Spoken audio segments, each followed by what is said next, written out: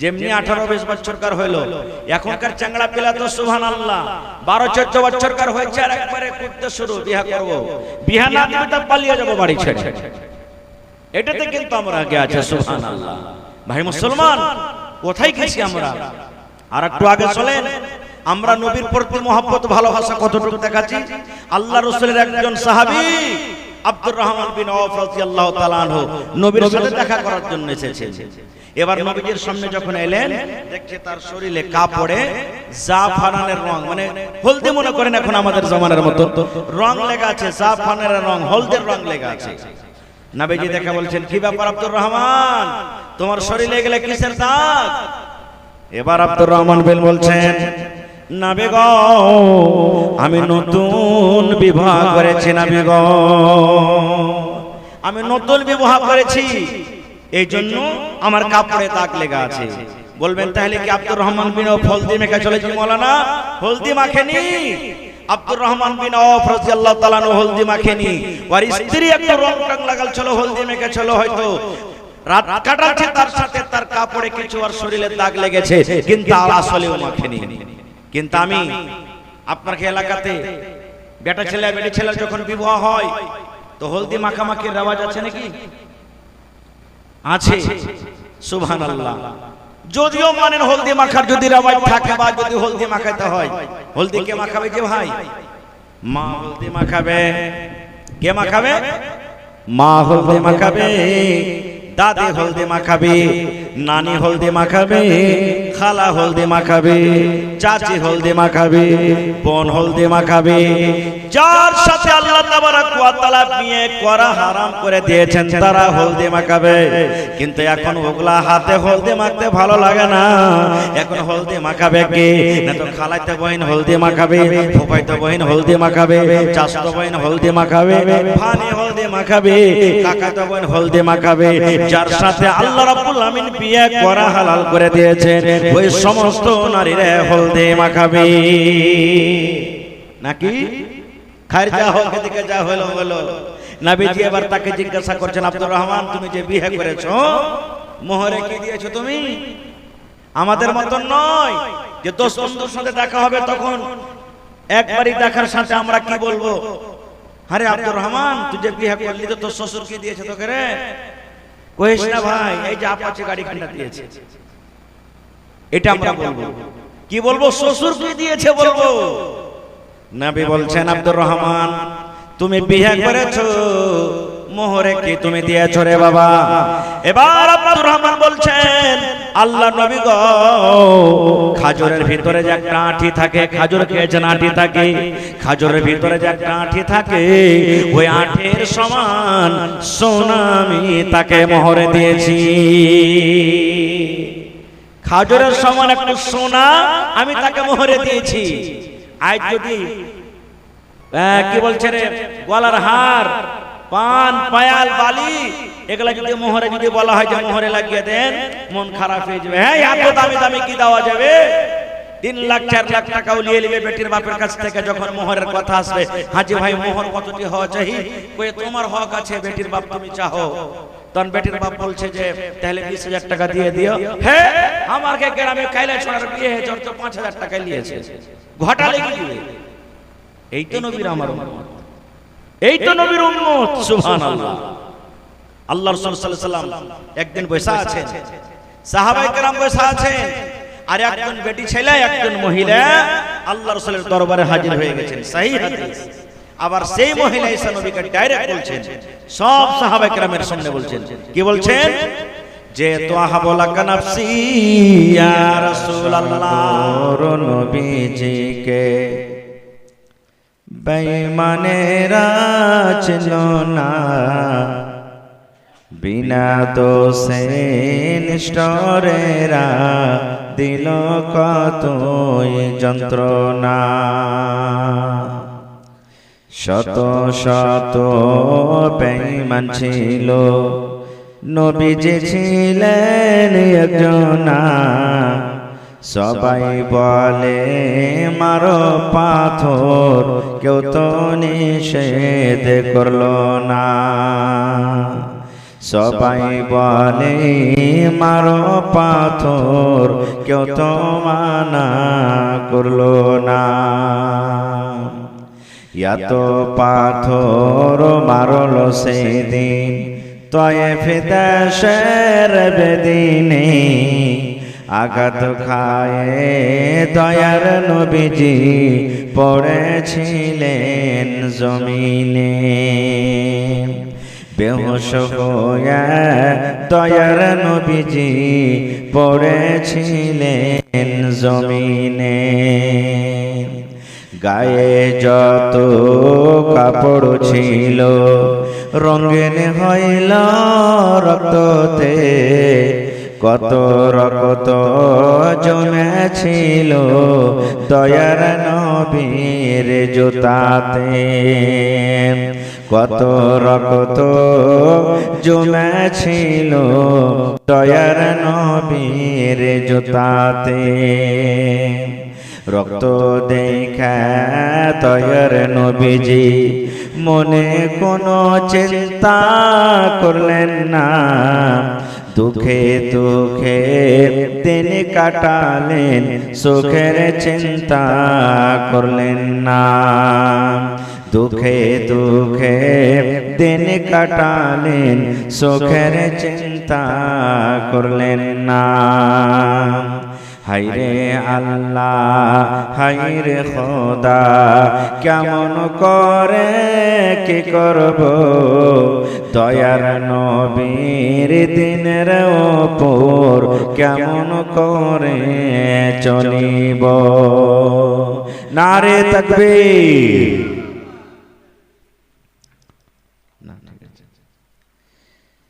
আজকে জলসার যোগ্যতময় শ্রদ্ধেয় সভাপতি সাহেব, উপস্থিত উলামায়ে কেরাম, সামনে বসে থাকা ইসলাম দরদি দিন দরদি ভাই ও বাবাজিরা, পর্দানাসীন মায়েরা খালারা, সমস্ত তারিফ ও গুণগান সেই মহান আল্লাহ তাবারাক ওয়া তাআলার জন্য, যে মহান আল্লাহ তাবারাক ওয়া তাআলা বর্ষার দিনে নরম গরম ঠান্ডা বিছানাকে ত্যাগ করে,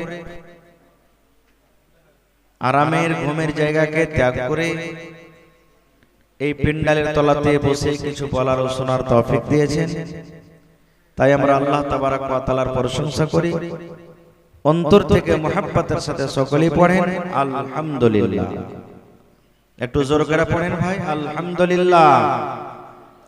তারপর আমাদের শেষ নবী হযরত মুহাম্মদুর রাসূলুল্লাহ পড়েন সাল্লাল্লাহু আলাইহি ওয়াসাল্লামের উপর অগণন দরুদ শরীফ শান্তির ধারা বর্ষিত হোক, আমিন। আল্লাহুম্মা সাল্লি আলাইহি আল্লাহুম্মা বারিক আলাইহি। আজকে জলসা আসলে আল্লাহ তাবারাক ওয়া তাআলার প্রিয় ভালোবাসা বান্দা আপনারা। কয়েকদিন থেকে প্রচুর গরম, না ফ্যানের তলাতে শান্তি, না গাছের তলাতে শান্তি, ঘরে তো শান্তি নেই। কয়েকদিন পর আজকে পানি হয়েছে, মৌসুমটা ঠান্ডা হয়েছে, ইচ্ছা ছিল যে আজকে আরাম করব, কিন্তু শুধু আল্লাহ এবং আল্লাহ রাসূলের ভালোবাসা, আল্লাহর ঘর মসজিদের প্রতি ভালোবাসা মহব্বত দেখিয়ে আপনারা কষ্ট করে এখানে বসে আছেন। ধন্যবাদ জানাই আপনাদেরকে। ভাই মুসলমান, এই দুনিয়াতে আর নবী আসবেন না। পৃথিবীতে নবী হয়ে আর কেউ আসবেন না। নবী যখন দুনিয়া থেকে চলে গেলেন, নবীজি বলে গেছেন তারাকতু ফীকুম আমরাইন, হে আমার উম্মত, আমি তোমাদের জন্য দুটা জিনিস ছেড়ে গেলাম। কয়টা জিনিস ভাই? দুটা জিনিস।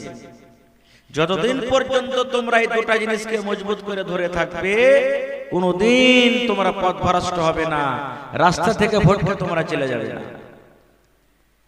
আর যখনই তোমরা এই দুটা জিনিসকে ছেড়ে দিবে, তখন কিন্তু তোমরা গোমরা হয়ে যাবে, পথভ্রষ্ট হয়ে যাবে। কি কি দুটা জিনিস জানেন? নবীজি বলেছেন, একটা হলো আল্লাহর কিতাব কোরআন, আর দুই নম্বর হলো কি আমার হাদিস, মানে আমার সুন্নাত। নবী মুহাম্মদ সাল্লাল্লাহু আলাইহি ওয়াসাল্লাম বলেছেন আমার সুন্নাত, আমার হাদিস। এই কোরআন এবং হাদিস যে মজবুত করে ধরে থাকবে, অর্থাৎ আমল করবে, কোনদিন পথভ্রষ্ট হবে না। ভাই মুসলমান, দুনিয়াতে নবীর সিলসিলা খতম, নবী হয়ে দুনিয়া তার কেউ আসবেন না। কিয়ামতের কিছুদিন আগে আল্লাহর একজন নবী হযরত ঈসা আলাইহিস সালাম, যাকে আল্লাহ তাবারাক ওয়া তাআলা বিনা বাপে দুনিয়াতে জন্ম করেছেন, বিনা বাপে আল্লাহ তাকে পয়দা করেছেন, বিনা বাপে হযরত ঈসা আলাইহিস সালামের সৃষ্টি। সেই ঈসা নবী আসবেন, দাজ্জালকে মারবেন, কিন্তু নবী হয়ে আসবেন না, শেষ নবী মুহাম্মদ সাল্লাল্লাহু আলাইহি ওয়াসাল্লামের উম্মত হয়ে দুনিয়াতে আসবেন। তাহলে যখন নবী দুনিয়াতে আসবেন না, তাহলে নবীদের কাজ করবেন কে? উলামা, আলিম সমাজেরা করবে। আল উলামা ওয়ারাসাতুল আম্বিয়া, উলামা আলিম সমাজ হলো নবীদের ওয়ারিস। যেমন বাপ মরতে গেলে বেটা ওয়ারিস হয়ে যায়, ওই মতো নবী দুনিয়া থেকে চলে গেছেন, নবীদের ওয়ারিসকে উলামা আলিম সমাজ, এরা হলো নবীর ওয়ারিস, মানে শরীয়তের ওয়ারিস। শরীয়তের কথা বলবে, দ্বীনের কথা বলবে, দ্বীনের কথা মানুষের মাঝে পৌঁছাবে, দ্বীনের কথা মানুষের সামনে বলবে কারা? উলামারা।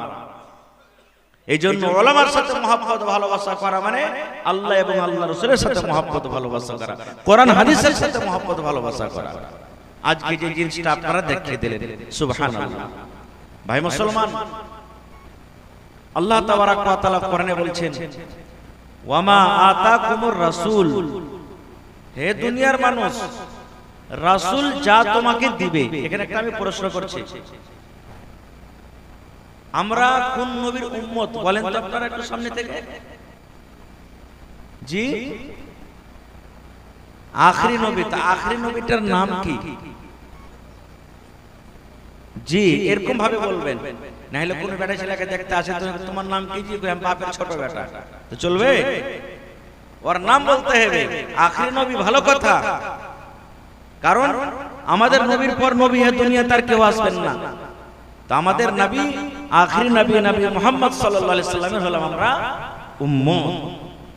তো আল্লাহ তাবারাক ওয়া তাআলা বলছেন, রাসূল যা তোমাকে দিবে ফাখুযুহু, সেটা নিয়ে নাও। খুব ভালো করে শুনবেন আমার ভাইরা। ওয়ামা নাহাকুম আনহু ফান্তাহু, এবং রাসূল যে কাজ থেকে তোমাদেরকে নিষেধ করবেন, মানা করবেন, তোমরা রুখে যাও। কে বললেন কথাটা? আল্লাহ বলছেন। আল্লাহ নিজে বলছেন, হে দুনিয়ার মানুষ, তোমরা ডান দিকে, বাম দিকে, সামনের দিকে, পেছন দিকে, এদিক ওদিক কোন দিকে তোমরা ধ্যান দিও না। সোজা কথা তোমরা বুঝে নাও, আমার রাসূল যা দেবে সেটা নিয়ে নাও, আর রাসূল যে কাজ থেকে নিষেধ করবে তোমরা রুখে যাও। এখানে আরো একটা কথা বলি, আমার আপনার নবী, নবী মুহাম্মদ সাল্লাল্লাহু আলাইহি ওয়াসাল্লাম নিজের মন থেকে, নিজের পক্ষ থেকে দুনিয়াতে কোনো কথা বলেননি। কার আদেশে বলেছেন? আল্লাহ তাবারাক ওয়া তাআলার আদেশে বলেছেন। তো রাসূল যে কথা বললেন সেটা আল্লাহর কথা বলা হলো। তাহলে আমরা বুঝতে পারলাম কি, আমাদের ধর্মের নাম হলো ইসলাম। ইসলামের দুই প্রকারের কথা আছে, ইসলাম ধর্মে দুই প্রকারের শরীয়ত আছে, একটা হলো হ্যাঁ, একটা হলো না, একটা হলো ধরো, একটা হলো ছাড়ো, একটা হলো মানো, একটা হলো মানিও না, একটা হলো খাও, একটা খেও না, একটা যাও, একটা যেও না। সোজাসুজি কথা। আমি আজকে শুধু আমার এই নওজওয়ানকে এক দুটা হাদিসের কথা, তারিখের কথা আমি বলবো। যেই নওজওয়ান, আল্লাহ তাবারাক ওয়া তাআলা আপনাকে যে যৌবন কাল দিয়েছেন, আমি আপনি এই যৌবন কালকে নবী মুহাম্মদ সাল্লাল্লাহু আলাইহি সাল্লামের তরিকা মতন কতটুকু কাটছি। একটা হাদিস শুনেন, সহিহ বুখারী শরীফের হাদিস। আজকে ওয়াজ শুনতে ভালো লাগে না, আজকে গান শুনতে ভালো লাগছে নাকি জি ভাই? এখানে যদি একটা সাপ খেলা যদি খালি চলে আসতো, ওরে আল্লাহ, मैं लोकर मतलब ওর ঘাড়ে মুখ দিয়ে আছে, ওর ঘাড়ে মুখ দিয়ে খালি হাতে পেনে তারকে কুরসিতে চড়ার কে, টেবিলে চড়ে কে পাক দিয়ে দেখতে খালি হচ্ছে না, হয় না ভাই? সুবহানাল্লাহ।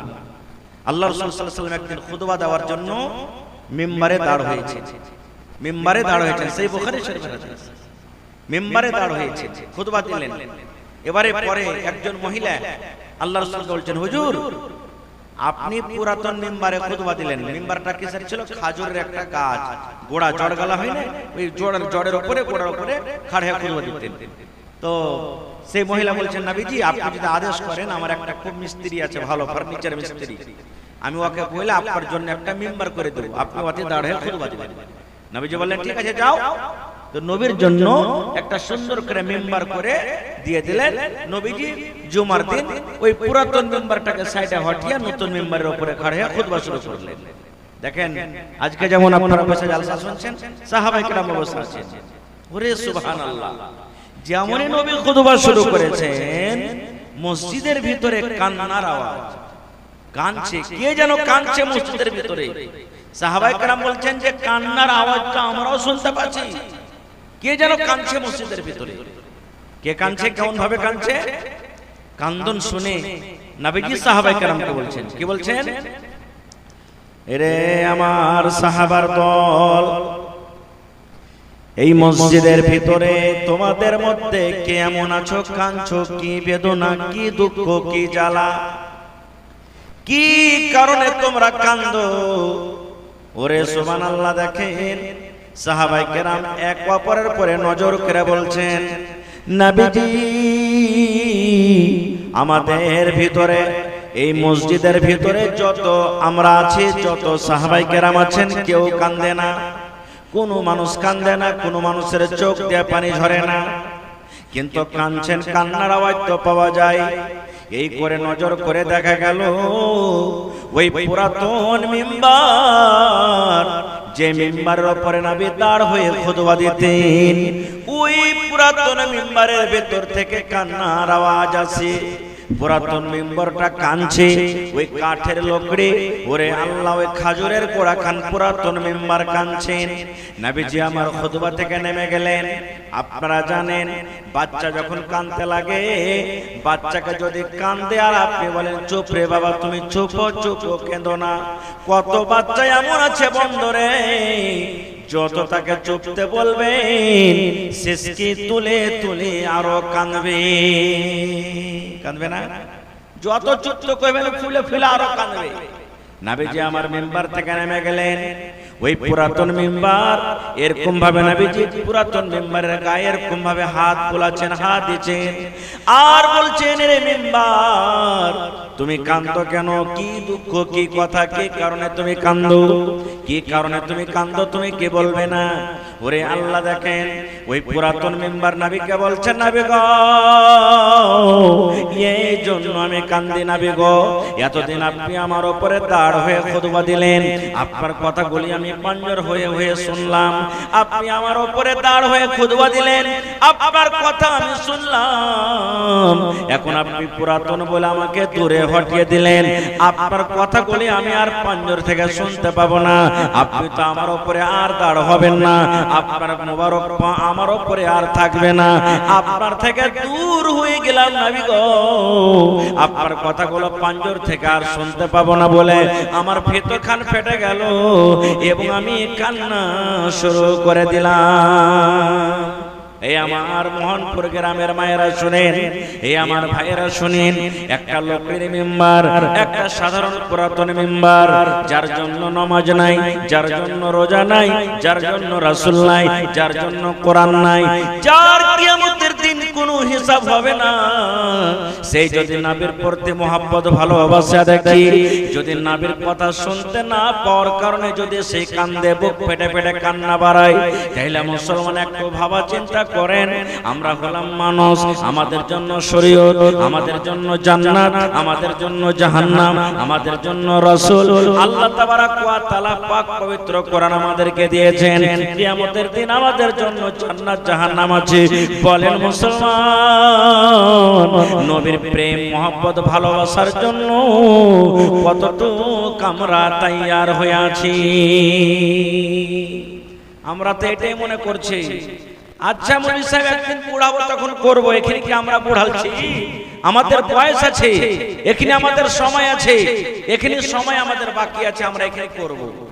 নওজওয়ান, এই জৈবন কালে একবার যদি চলে যায়, কোটি কোটি টাকা খরচ করা পাওয়া যাবে না, যাবে কি ভাই? আমার মাওলানারা বসে আছেন, জিজ্ঞাসা করবেন। নবী আমার বলেছেন, ইগতানিম খামসান ক্বাবলা খামসিন, আল্লাহর নবী বলেছেন, আয় আমার উম্মত, পাঁচটা জিনিস হারিয়ে যাওয়ার আগে, পাঁচটা জিনিস তোমার কাছে চলে যাওয়ার আগে পাঁচটা জিনিসের তোমরা কাদার করো, কারণ তোমার কাছে পাঁচটা জিনিস আসবে, কিন্তু এক এক এক করে আসবে, আর এক এক করে তোমার কাছ থেকে পাঁচটা জিনিস চলে যাবে। কোটি কোটি টাকা খরচ করে তুমি তাকে আর ঘুরিয়ে পাবে না। তাই নবী বলেছেন, উম্মত রে, পাঁচটা জিনিস হারিয়ে যাওয়ার আগে পাঁচটা জিনিসের তোমরা লাভ নিয়ে নাও। পাঁচটা জিনিসের মধ্যে একটা নবী বলেছেন, এই যুবক, জীবনকাল আল্লাহ রাব্বুল আমিন তোমাকে দিয়েছেন, এই পুড়িয়ে যাওয়ার আগে, তোমার বয়সটা ঢলে যাওয়ার আগে, তোমার জীবনকালটা চলে যাওয়ার আগে, এই জীবনকালের তুমি ফায়দা নিয়ে নাও। এই জীবনকালের তুমি কি করো, লাভটা নিয়ে নাও। আজকে আমরা মুসলমান, আমাদের সময় বয়স এসেছে জুয়াতে, মধুতে, গুটকাতে, গান বাজনাতে, ইদিক উদিক আমরা সময়টাকে কাটিয়ে দিচ্ছি। কিন্তু আমরা জীবনকাল আমরা কি করছি, আল্লাহ তাবারক ওয়া তাআলার মহব্বত ভালোবাসাতে কাটাতে পারি না। আর কি বলছি, এখনো সময় আছে যে মওলানা এখানে আমাদের সময় আসেনি। 81 বছরকার বুড়া মসজিদের গেটে বসে আছে, আর 20 বছরকার নওজোয়ান রাস্তাতে হেঁটে চলেছে। একদিন গেল, দুদিন গেল, 3 দিন গেল। একদিন বুড়া তখন বলছেন ওই নওজোয়ানকে, এই শোনো, বলছে বসো এখানে। বুড়া বলছে, তুমি মুসলমান না হিন্দু? বলছে, তুমি চেনো না আমি যে মুসলমান? তো বলছে, তুমি মুসলমান তো মসজিদে কেন আসো না নামাজ পড়িতে? বলছে, তোমরা বুড়া মানুষ কাম কাজ পাও না, খালি মসজিদ মসজিদ নিয়ে মরছো। আরে বুড়া বল, তখন মরবো, তোমার কেমন তখন বয়স হবো, তখন মরবো, তখন করবো যা মনে লাগবে করবো। বুড়া তখন বলছেন, ঠিক আছে তুমি বসো, আমি আসছি 2 মিনিটে। বুড়া দৌড়াতে দৌড়াতে বাড়ি চলে গেল। একটা কলম আর একটা ছোট্ট কাগজ নিয়ে হাজির করে। এবার ওই কলম আর একটা কাগজের টুকরা নিয়ে এসে বুড়া ওই যুবককে বলছেন, যুবক রে, তুমি যে বলছো আমি পুড়িয়ে যাব, তারপরে আমার মত হবে, মরে যাব। এ আল্লাহর বান্দা যুবক, তুমি শুধু এই কথাটা লিখে দাও যে আমি যৌবনকালে মরব না, যৌবনকালে আমার মত হবে না, আমি যখন পুড়িয়ে যাব তখন আমার মত হবে। এই কথাটা তুমি আমাকে লেখা দাও। ওই নওজোয়ান বলছে, এটা কি লেখা দাও হয় নাকি? আরে আমি কি জানি যে বুড়িয়া মরবো কি কখন জোয়ানি হালাতে মরবো? তো বলছে, যখন তুমি বলতে পারবে না তখন কেন এই কথাটা বলছো যে আমি বুড়াবো তখন ইবাদত করব? এখন দেখেন বেশিরভাগ মানুষ রাস্তা দিয়ে হাঁটছে, যুবক মানুষ, ভালো মানুষ গেল, এখনই বাড়ি থেকে বের হলো, 8 ঘন্টা ঘন্টা হলো, খবর আসছে অ্যাক্সিডেন্ট হয়ে গেছে। শুনতে পাচ্ছেন না আপনারা ভাই? এই জুয়ানের কত দাম আল্লাহর কাছে একটা হাদিস শুনেন। আল্লাহ রাসূল একদিন বসে আছেন, আর একজন মহিলা দেখতে কালো, বুড়া মানুষ, বয়স্ক মানুষ, নবীকে প্রশ্ন করছেন, হুজুর আমি নামাজও পড়ছি, রোজাও করছি, হজ যাকাত দান খেরাত শক্তি মতন সব করছি, আমি কি আল্লাহর জান্নাতে যাব? আল্লাহ কি আমাকে জান্নাত দিবে? সওয়ালটা শুনেন। নবীকে বলছেন একটা বুড়ি মানুষ, হুজুর নবী সাহেব আমি নামাজও পড়ি, রোজাও করি, তেলাওয়াত করি, দান সাদকা শক্তি মতন সবকিছু করি, আল্লাহর জান্নাত পাবো, আল্লাহ কি আমাকে জান্নাত দিবে? নবী কি বলছেন দেখেন, রে আল্লাহর বান্দি, আল্লাহ রাব্বুল আমিন কোন বুড়া কোন বুড়িকে আল্লাহ জান্নাত দিবেন না। কোন বুড়া এবং কোন বুড়ি আল্লাহর জান্নাতের ভিতরে যাবে না। হাদিসের কথা বলছি, হাদিসের কথা। নবী কি বলছেন? কোন বুড়া আল্লাহর জান্নাতে যাবে না, কোন বুড়ি আল্লাহর জান্নাতে যাবে না, কোন বুড়া কোন বুড়ি আল্লাহর জান্নাতের ভিতরে যাবে না। ওর মন খারাপ হয়ে গেল, ওই বুড়ির মন খারাপ, হায় আল্লাহ আমার নামাজ রোজা করা কি সব তাহলে বেকার হয়ে গেল। তার মন খারাপ দেখে নবীজি এবার বলছেন, আল্লাহর বান্দিরা আমি যখন বললাম কোন বুড়া কোন বুড়ি আল্লাহর জান্নাতে যাবে না, তাহলে তুমি শুনে নাও, যদি একটা লোক 80 বছর বয়সে মরে, লোকটার আমল যদি ভালো থাকে, ওই লোকটাকে যদি আল্লাহ জান্নাত দেয়, ওই লোকটা যখন আল্লাহর জান্নাতে যাবে, ওর বয়স কিন্তু 80 বছর হবে না, 25 বছর 30 বছর কার নওজওয়ান করে আল্লাহ তাকে জান্নাত দিবেন। একটা লোক 100 বছরে মরেছে, এবার লোকটা যখন আল্লাহর জান্নাতে যাবে, 25 বছর 30 বছর কার নওজওয়ান হয়ে জান্নাতে যাবে। একটা মহিলা মানুষ 70 বছর বয়সে মরেছে, ওই মহিলা যখন আল্লাহর জান্নাতে যাবে, ওই মহিলাকে আল্লাহ রাব্বুল আমিন পুরে করে জান্নাত দিবেন না। 70 বছরের কার মানুষকে আল্লাহ 25 বছর 30 বছর কার যুবতী করে আল্লাহ জান্নাত দিবেন।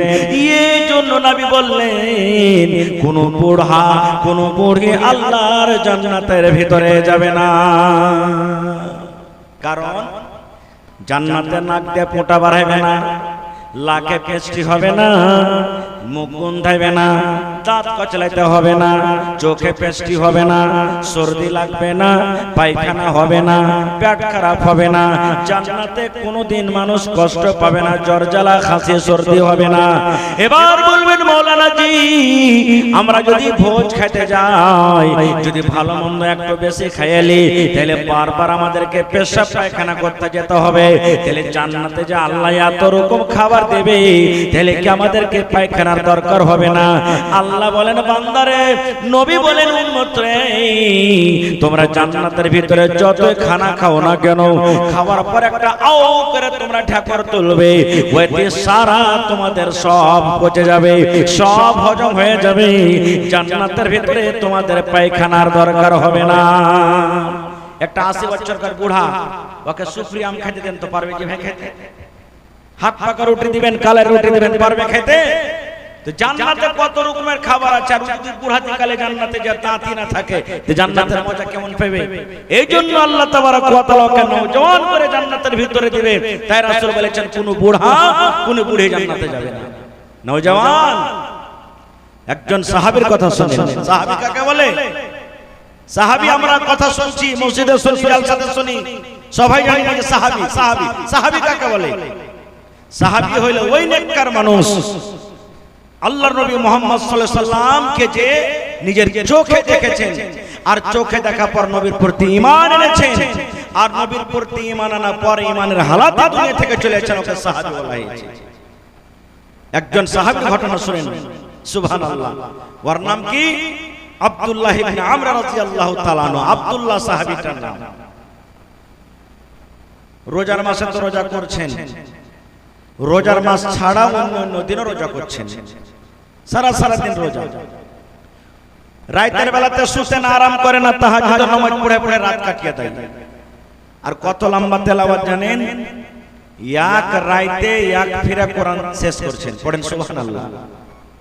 এক রাতে তাহাজ্জুদের নামাজে এক ফিরা কোরআন শেষ।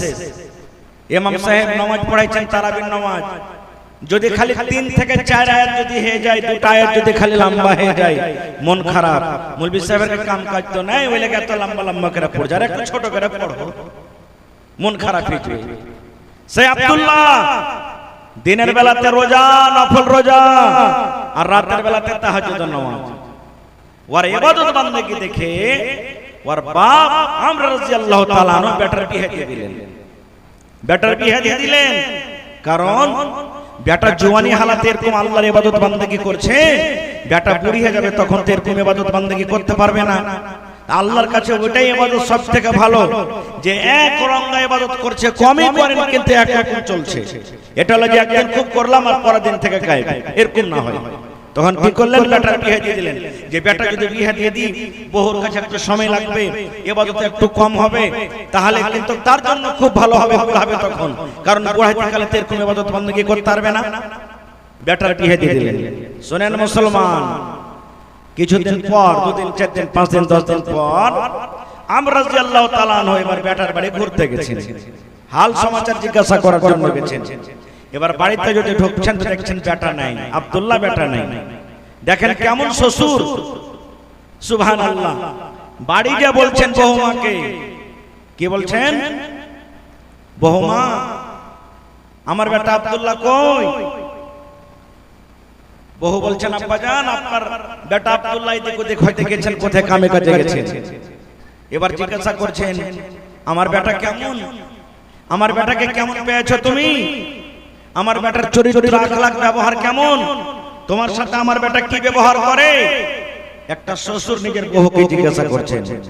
এবার বহু কি বলছেন দেখেন, ওরে সুবহানাল্লাহ, বলছেন আব্বাজান আপনার কলেজা টুকরা আব্দুল্লাহ ভালো একটা ছেলে, একটা দিনদার নেককার ছেলে, ভালো ছেলে। বলছে আব্বা গো রাতের বেলাতে তাহাজ্জুদের নামাজ পড়ে পড়ে পড়ে রাত কাটিয়ে দেয়, আর দিনের বেলাতে রোজা করে করে রাত দিন কাটিয়ে দেয়।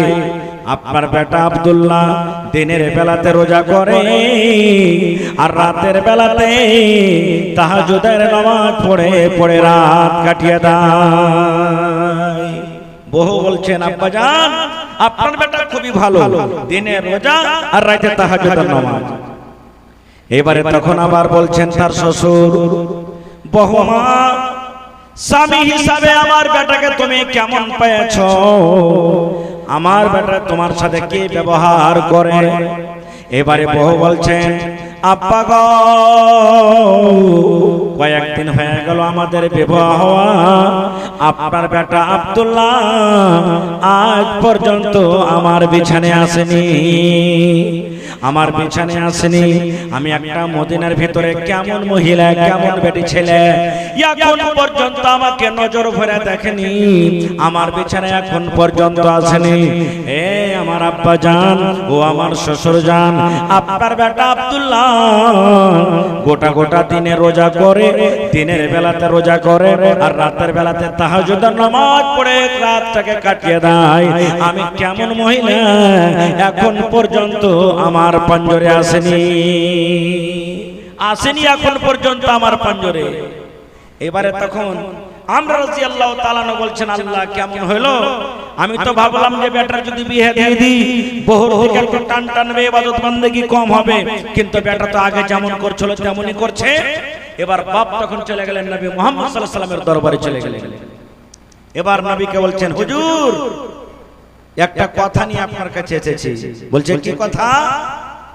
বলছেন নবী গো আমার বেটা আব্দুল্লাহ বিয়ে করার আগে সারা সারা দিন রোজা করত আর গোটা গোটা রাত তাহাজ্জুদ নামাজ পড়ে পড়ে শেষ করত, গোটা রাতে তাহাজ্জুদ নামাজে কোরআন শেষ করে দিত।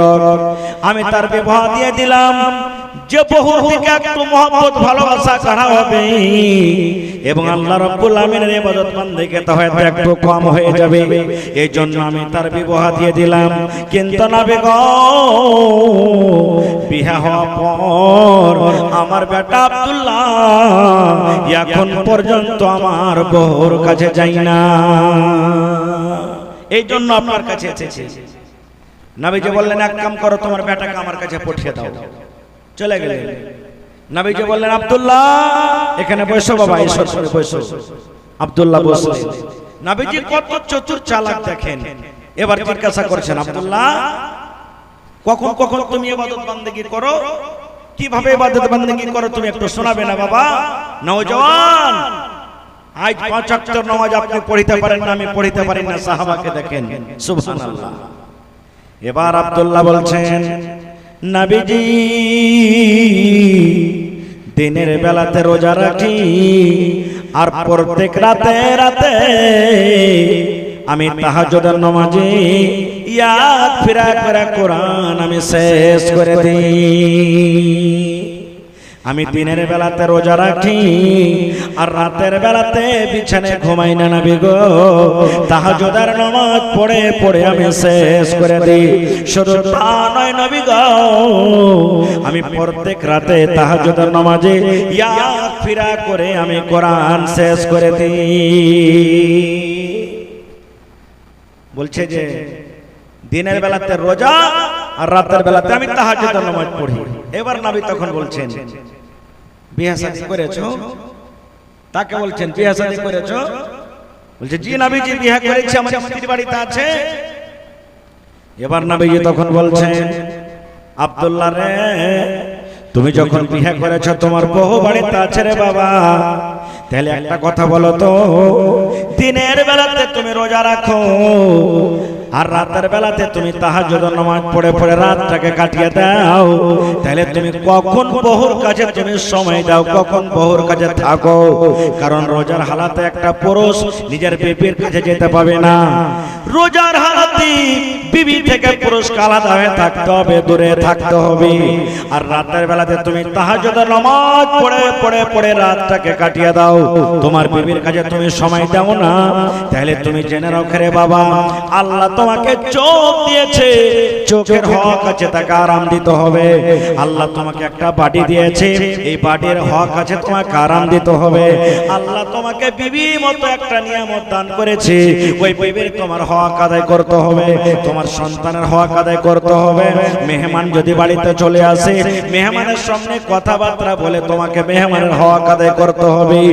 আর সব হকের হক মেরে যদি তুমি এক আল্লাহর হক আদায় করো, এক আল্লাহর ইবাদত বান্দেগি করো, তাহলে এরকম ইবাদতে আল্লাহ রাব্বুল আলামিন কিন্তু খুশি হবেন না। আয় আব্দুল্লাহ, যার যেটা হক, হক আল্লাহকে হক দিয়ে দাও, তারপরে আল্লাহর হক আদায় করো, তাহলে এরকম ইবাদত বান্দেগি তা আল্লাহ তোমার ইবাদত কবুল করবে, না হলে তোমার করবে না। ঘটনা আমি ওদিকে যাব না, আর বলার উদ্দেশ্য কেমন মুসলমান ছিলেন তারা, কেমন আল্লাহর বান্দা ছিলেন, যে ইবাদত কম করার জন্য সুবহানাল্লাহ নবী বলছেন তুমি একটু কমিয়ে দাও। এক মাসে এক ফিরা কোরআন তেলাওয়াত করো, এক মাসে এক ফিরা কোরআন তুমি পড়ো, আর মাসে তুমি কি করো? 3টা করে রোজা রাখো। সুবহানাল্লাহ। আজকে আমাদের অবস্থা কি, কোথায় আছি? নবীর মহব্বত ভালোবাসা আমরা কেমন করে করছি? আর একটু আগে চলেন, একটা হাদিস আপনাদের সামনে বলি। আল্লাহুস সামাদ, আল্লাহ রাসূল সাল্লাল্লাহু আলাইহি ওয়াসাল্লাম একদিন বাড়িতে নেই, আর নবীর 3 জন সাহাবী নবীর ইবাদত বান্দেগি জানার জন্য নবীর বাড়িতে গেছেন।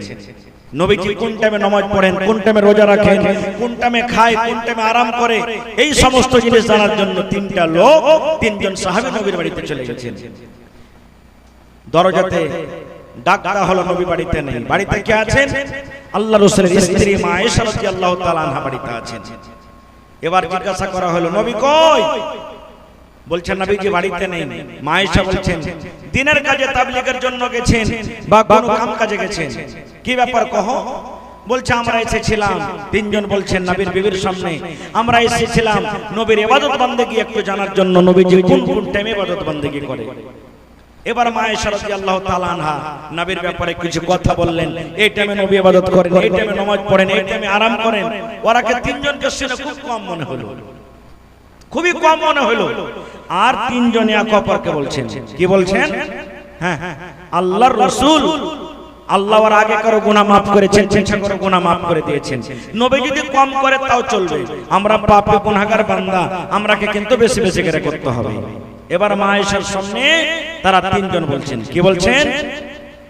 এরে আমার ভাই, 3 জনের মধ্যে একজন বলছেন, আল্লাহর কসম করে বলি রে, আমি জীবনে কোনোদিন রাতের বেলাতে ঘুমাবো না, তাহাজ্জুদের নামাজ পড়ে পড়ে রাতটাকে কাটিয়ে দেব, জীবনে কোনোদিন আমরা ঘুমাবো না, তাহাজ্জুদের নামাজ পড়ে পড়ে আমি রাতটাকে কাটিয়ে দেব। আর আরেকজন বলছেন, এই আল্লাহর বান্দারা শোনো, কোনোদিন জীবনে আমি রোজা ছাড়বো না, আমি সারা দিন রোজা রেখে যাব, রোজা রেখে যাব। আল্লাহ আমাকে যতদিন হায়াত দিয়েছেন, আমি কোনোদিন আমি রোজা ছাড়বো না। এবার 3 নম্বর লোকটা বলছেন, 3 নম্বর সাহাবী বলছেন, ভাই রে, আমি জীবনে কোনোদিন বিয়ে করব না রে ভাই, কুঁয়ারা হয়ে আমি জীবনটাকে কাটিয়ে দিব। কারণ যদি মানুষ বিয়ে করে, স্ত্রী বাড়িতে আসবে, এবার সন্তান হবে, ছেলে মেয়ে হবে, তার জন্য দুনিয়াদারি করতে হবে, বিজনেস করতে হবে, খাটাখুটা করতে হবে। এবার দুনিয়াদারিতে যখন আমরা পড়ে যাব, আল্লাহর ইবাদত বান্দেগি কম হয়ে যাবে।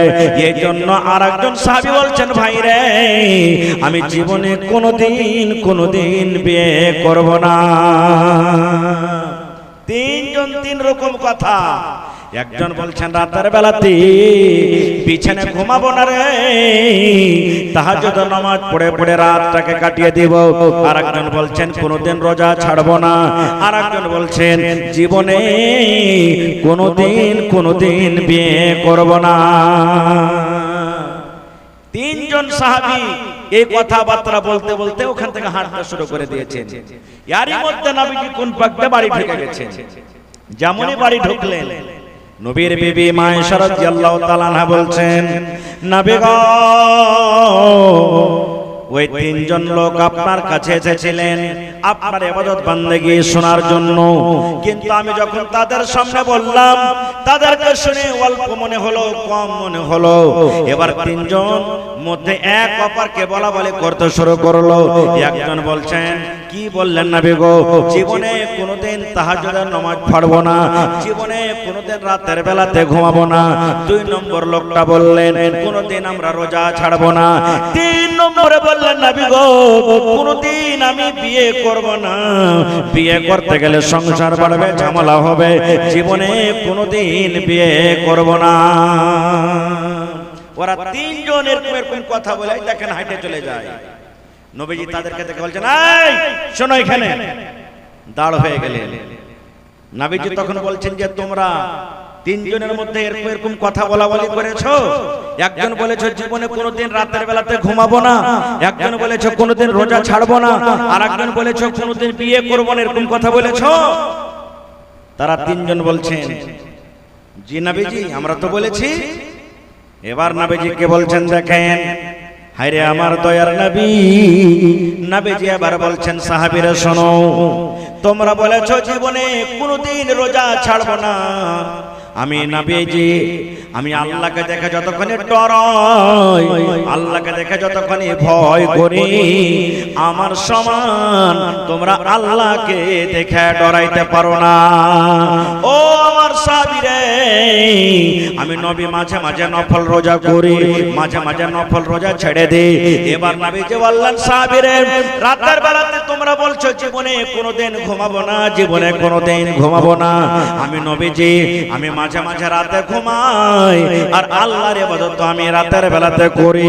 এবার নবীজি বললেন, তোমরা একজন বলেছো জীবনে কোনোদিন বিয়ে করব না।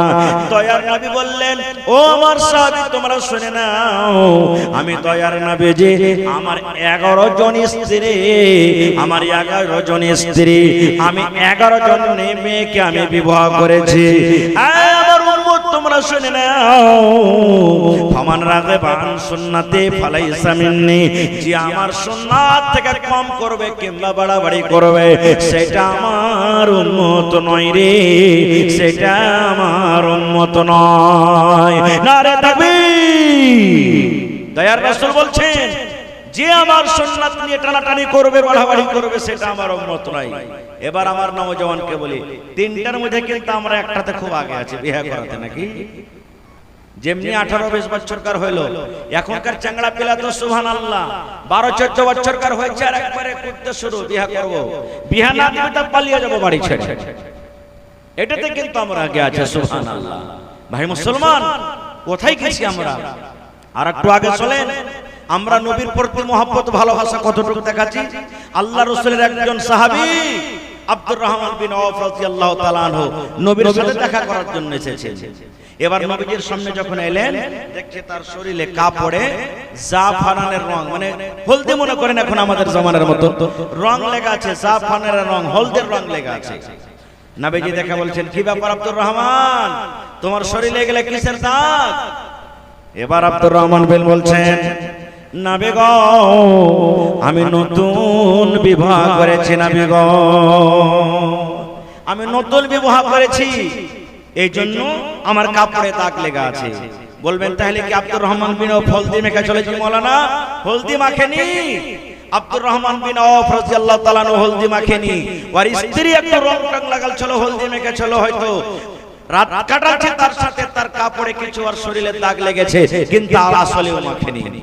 কিন্তু আমি আপনার এলাকাতে বেটা ছেলে বেটি ছেলের যখন বিবাহ হয়, তো হলদি মাখামাখির রেওয়াজ আছে নাকি?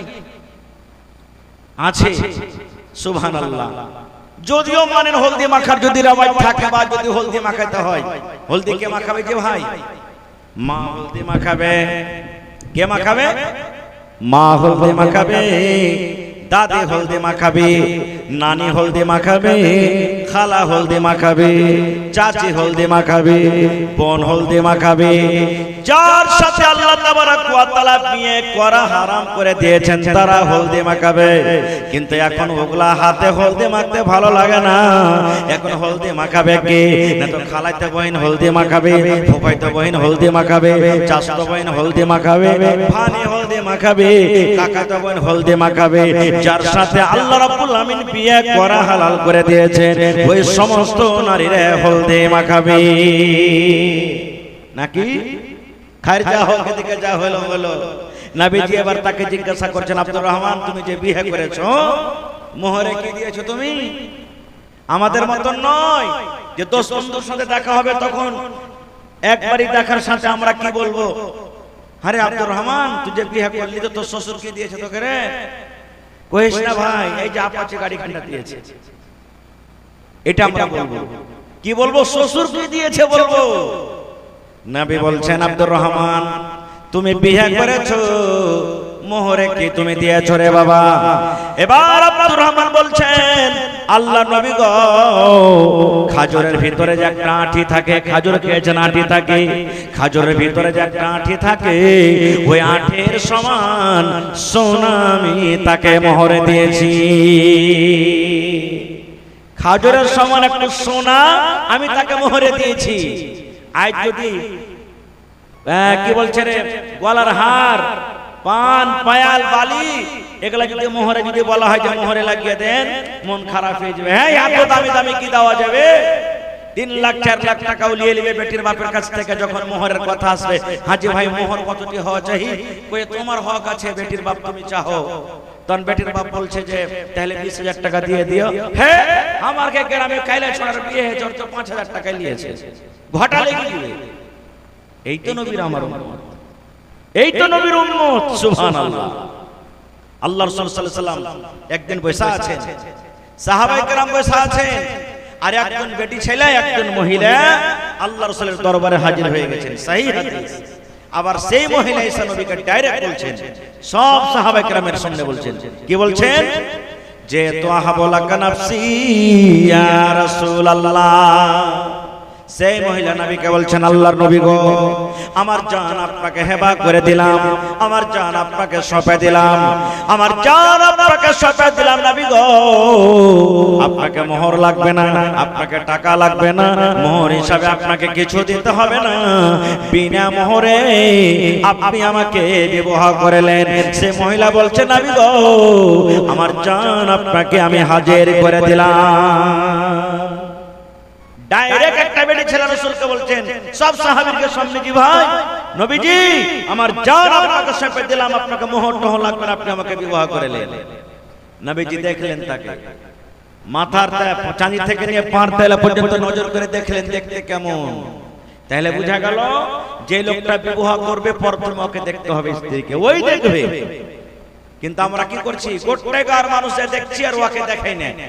ঠিক 1 মাস 2 মাস পর তখন কইছে আমার এটা পছন্দ হয় না, আমি একে বিয়ে করব না, কো আর ভাল লাগে না একে নিয়ে, তালাক হয়ে গেল। দেখেন শরীয়ত যেখানে আমরা না মানবো ওখানে আমাদের ক্ষতি আছে। নবীজি দেখলেন, দেখা পরেই দেখেন আমার দিকে মাথা নিচু করে নিলেন।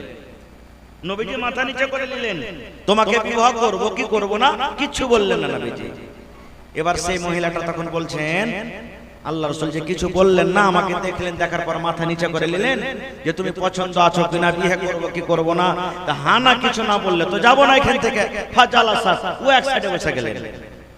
সাহাবায়ে কেরাম বসে আছেন, এক সাহাবী আর এক সাহাবীর দিকে দেখছেন, আরে নবী কখন হানা বলবেন, কখন নবীজি হানা বলবেন। ঠিক কিছু সময় যখন কেটে গেল, দয়ার নবী কিচ্ছু বললেন না, তুমি পছন্দ আছো কিনা, তোমাকে বিবাহ করব কি করব না কিচ্ছু বললেন না। ঠিক সময় যখন কিছু কেটে গেল, ফাকামা রাজুলুম মিন আসহাবিহি, ওই যে সাহাবীরা বসেছিলেন, সাহাবীদের মধ্যে একজন সাহাবী খাড়া হয়ে গেলেন, বলছেন আল্লাহ নবী গো, সে মহিলা নিজের জানখানাকে আপনার জন্য হাজির করে দিয়েছেন, নিজের জানখানাকে আপনাকে সঁপে দিয়েছেন।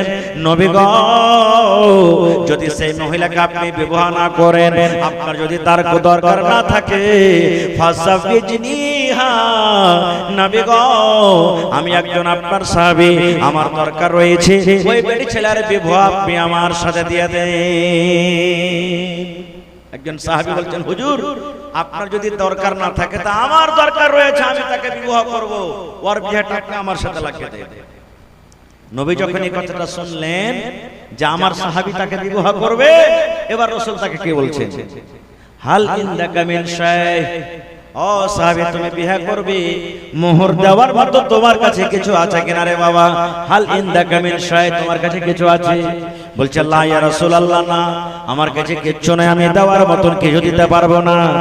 দয়ার নবী বলছেন, সাহাবীরা যতক্ষণ পর্যন্ত তুমি মোহর আদায় না করবে রে বাবা, ততক্ষণ পর্যন্ত তোমার বিয়ে হবে না।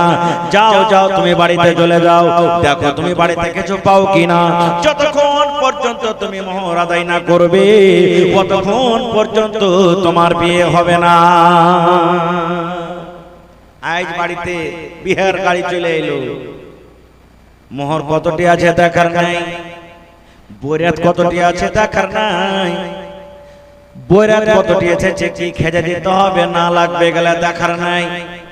যদি বিহারে বৈশা মুসলমান 10 টাকার যদি পান কম হয়ে যায়, 10 টাকার যদি সুপারি জর্দা কম হয়ে যায়, ওই মজলিসে লড়াই হয়ে যায়, ঝগড়া হয়ে যায়। নিজের চোখে দেখা, কত মোবাইলে দেখেছি, কত নিজের কানে শুনেছি, আপনারাও দেখেছেন, পান সুপারির জন্য বাড়ির লোক এবং বরযাত্রীরা কুরসি নিয়ে মারামারি ফাটাফাটি হয়ে যায়। হয় কি হয় না? পান সুপারি নিয়ে ওয়ালিমা যদি কমে যায়, ওয়ালিমার জন্য ওরে সুবহানাল্লাহ রাগ করে ছেলেটা বিয়ে না করে বা ওই বেটির বাবার বাড়ি থেকে ঘুরে চলে যায়। কত বিয়ে এরকম হয়, ওরে সুবহানাল্লাহ। নবী বলছেন বাড়িতে তুমি যাও, দেখো বাড়িতে কিছু পাও কিনা। যতক্ষণ পর্যন্ত তুমি মোহর আদায় না করবে, ততক্ষণ পর্যন্ত তোমার বিয়ে হবে না। আমাদের মতন তো কেউ নাই যে ভাই আরে চল দোকানে 5খান কাপড় গালা বেচে দেবো, দিয়ে মোহর দিয়ে দেবো, চল 1 কুইন্টাল মাকে বেচে দিব, চল 10 কিলো চাল গালা বেচে দিয়ে দিব। গরিব সাহাবী বাড়ি চলে গেলেন, খুব খুঁজলেন, বুঝি নাই পাবো কিছু, এই পাবো কিছু, কিন্তু কিচ্ছু নাই। কিছুক্ষণ পর নবীর দরবারে হাজির হয়ে গেলেন, বলছে নবী গো, অনেকক্ষণ ধরে খোঁজাখুঁজি করলাম, কিন্তু মা ওয়াজাদতু শাইআ, আমি বাড়ি থেকে কিছুই পেলাম না, কিছুই আনতে পারলাম না। এবার নবীজি বললেন, বাবারে এক কাম করো, তুমি আর একবার তুমি বাড়িতে চলে যাও, আর একবার তুমি বাড়িতে চলে যাও। উনজুর ওয়ালাউ খাতামান মিন হাদিদ, লোহার যদি একটা আংটি পেয়ে যাও, সোনার আংটি নয় রে, চাঁদের আংটি নয়, সামান্য যদি তুমি একটা লোহার আংটি যদি তুমি পেয়ে যাও, ওই আংটি তুমি নিয়ে এসো, ওই লোহার আংটিকে মোহর করে দেওয়া হবে। কিন্তু যতক্ষণ পর্যন্ত মোহর না হবে রে বাবা, ততক্ষণ পর্যন্ত তোমার বিয়ে হবে না। সেই সাহাবী আবার বাড়ি চলে গেলেন, দেখি একটা লোহার আংটি গলা যদি পাইলি তাও কাজ হয়ে যাবে। আবার বাড়ি চলে গেলেন, খুব খোঁজাখুঁজি করলেন, এই মনে হয় পেয়ে যাবো, এই মনে হয় পেয়ে যাবো। রে আল্লাহ, কত গরিব মানুষ দেখেন, খুব খোঁজাখুঁজি করলেন, কিন্তু বাড়ি থেকে একটা লোহার আঙ্গুঠি পর্যন্ত আনতে পারলেন না। এবার সেই সাহাবী মজলিসে এসে বলছেন, ইয়া রাসূলুল্লাহি ওয়ালা খাতামান মিন হাদিদ, আল্লাহর নবী গো, বাড়ি থেকে আমি অনেকক্ষণ ধরে খোঁজাখুঁজি করলাম, কিন্তু নবী গো, একটা লোহার আঙ্গুঠিও পর্যন্ত আমি আনতে পারলাম না। নবীজি বললেন, হাজি তুমি একটা লোহার আংটি আনতে পারলে না তো কেমন করে হবে? তাহলে তোমার বিয়ে হবে না। এবার বসে গেলেন সে সাহাবী আফসোস করে, বসে গেলেন, তা আমি মোহর দিতে পারলাম না, আমার হয়তো আর বিয়ে হবে না। বসে গেলেন, বসার পর তখন নবীকে বলছেন, হুজুর আর একটা কথা বলবো। বলছে কি? ওয়ালাকিন হাযা ইজারি, আমার পিন্ধনে একটা লুঙ্গি আছে নবী গো, আমার পিন্ধনে একটা তহমত আছে, লুঙ্গি আছে। নবীজি বললেন, মা তাসনাউ বিজারিক, তোমার লুঙ্গিতে কি হবে? সাহাবী বলছেন, নবী গো, দুই ভাগে লুঙ্গিকে ভাগ করে দেব, এক ভাগ আমি পিন্ধে থাকবো, আর এক ভাগ টাকা আমি মোহর হিসাবে আমি দিয়ে দেব। নবীজি বললেন, না, লুঙ্গিতে কিছু হবে না। আরে খেপা, যদি লুঙ্গিটাকে তুমি দু ভাগে ভাগ করো, এক ভাগ তোমার পিন্দা হবে না, আর এক ভাগ মোহর হবে না। হবে কি ভাই? এক ভাগ লুঙ্গি আধখানি পিন্দা হবে, হবে না খো, আর আধখানি ওরটা কিচ্ছু হবে না, এই লেগে লুঙ্গিতে মোহর হবে না। যখন হবে না তখন ও বাড়ির দিকে রওনা হয়েছে, আর হবে না তো থেকে কি করবো, হাঁটতে শুরু করেছে। ঠিক কিছু দূর, যখন কিছু দূর চলে গেছেন, নবীজি বললেন, শোনো শোনো শোনো, এই শোনো, এখানে শোনো শোনো। কিংবা একজন সাহাবী বলছেন, লোকটাকে ডাকো। চলে এলেন। এবার দয়ার রাসূল বললেন, হো আল্লাহর বান্দারে, আমি জানতে পারলাম তুমি গরিব মানুষ, বাড়ি থেকে সামান্য একটা লোহার আঙ্গুঠি যখন আনতে পারলাম না, তুমি গরিব মানুষ। এবার নবীজি তাকে কে বলছেন দেখেন, মাযা মাকা মিনাল কোরআন, সাহাবী রে, আল্লাহর কিতাব কোরআন থেকে তুমি কিছু জানো কিনা? মাযা মাকা মিনাল কোরআন, আল্লাহর কিতাব কোরআন থেকে তুমি কিছু জানো কিনা? আল্লাহর কিতাব কোরআন থেকে তোমার কিছু মুখস্থ রয়েছে কিনা? বেশিরভাগ বেটা ছেলে হোক, বেটি ছেলে হোক, যখন ওকে যেদিন দেখতে আসবে সেদিন জিজ্ঞাসা করবে যে কতখানি পড়ালেখা করেছো জি? কি জবাব দেবে কহেন তো? কথা বলেন, নিজের সমান। কেউ নিজের সমান পড়িতে পারেনি দুনিয়াতে, কেউ নাই। বললেন কেমন করে যে মৌলানা জি, আমি ওলাই ও ওলাই মোল্লাই, কে হলে আপনারা কে হলো? নিজের সমান কাকে কয়? হ্যাঁ, যখন আপনার কোর্টের দরকার হয়ে গেল, আপনি উকিল সাজা কোর্টের কথাটা আপনি ফাইনাল করে দিলেন। যখন দারোগার ব্যাপার হয়ে গেল, থানার দরকার হয়ে গেল, আপনি পুলিশ বনে গেলেন, দারোগা বনে গেলেন। ওরে আল্লাহ, জমিন রেজিস্ট্রির যখন কথা হয়ে গেল, আপনি হাকিম হয়ে গেলেন। বাড়িতে মাইয়া হয়ে গেল, মৌলানা বনে গেলেন। বাড়িতে বেমার হয়ে গেল, ডাক্তার বনে গেলেন। সমস্ত জিনিসের দরকার যে পূর্ণ করে দেয়, এর সমান হলো নিজের সমান। এরকম আছে কেউ নেই। নবী বলছেন, সাহাবী রে, তুমি কিচ্ছু যখন আনতে পারলে না রে বাবা, তবে মাযা মাকা মিনাল কোরআন, আল্লাহর কিতাব কোরআন থেকে তুমি কিছু জানো কিনা? আল্লাহর কিতাব কোরআন থেকে তোমার কিছু সূরা মুখস্থ আছে কিনা? সে সাহাবী বলছেন, হুজুর জানি, কিছু সূরা আমি জানি। নবীজি বললেন, ভালো করে তুমি পড়িতে পারবে? জি নবীজি, আমি ভালো করে পড়িতে পারবো। এবার দয়ার নবী সেই মহিলাকে বলছেন, আল্লাহর বান্দিরে, আজ থেকে এটা হলো তোমার স্বামী। আর সে সাহাবীকে বলছেন, এটা হলো তোমার স্ত্রী। আমি দয়ার নবীজি যে সূরাগুলো তুমি জানো রে বাবা, ওই সূরাগুলোর ভিতর থেকে 30টা আয়াতটাকে তুমি শিখিয়ে দিবে। নবীজি সাহাবীকে বললেন, 30টা আয়াত এই মহিলাকে তুমি শিখিয়ে দিবে। 30টা কোরআনের আয়াতকে মোহর করে আমি যাও যাও তার সাথে আমি তোমার বিয়ে লাগিয়ে দিলাম। নারে তাকবীর! কি মোহর হলো? কোরআনের 30টা আয়াত মোহর হয়ে গেল। এবার এখানে একটা প্রশ্ন করি, সেই মহিলা নবীকে কত ভালোবাসেন? একবারও ইনকার করলেন না, নবীজি আমি যাব না তার বাড়িতে, কোরআনের আয়াতকে আমি মোহর মনে করব না। নবীর প্রতি মহব্বত ভালোবাসা দেখছি, নবীজি কোরআনের আয়াতকে মোহর করে দিলেন এবং তার সাথে বিবাহ লাগিয়ে দিলেন। বন্ধুরে, একবারে নবীর প্রতি মহব্বত ভালোবাসা দেখে ওই সাহাবীর সাথে খুশি মনে তার বাড়ি চলে গেলেন। এর নাম হলো কি? মহব্বত, ভালোবাসা। আজকে আমরা কোথায় আছি? আর একজন সাহাবী, সুবহানাল্লাহ, কত ইবাদত বান্দাগি করতেন জি ভাই, আল্লাহুস সামাদ। সাহাবায়ে কেরামের এরকম জীবনে অনেক ঘটনা রয়েছে, অনেক অনেক ঘটনা রয়েছে আল্লাহুস সামাদ, যেগুলা সব কথা বয়ান করা যাবে না।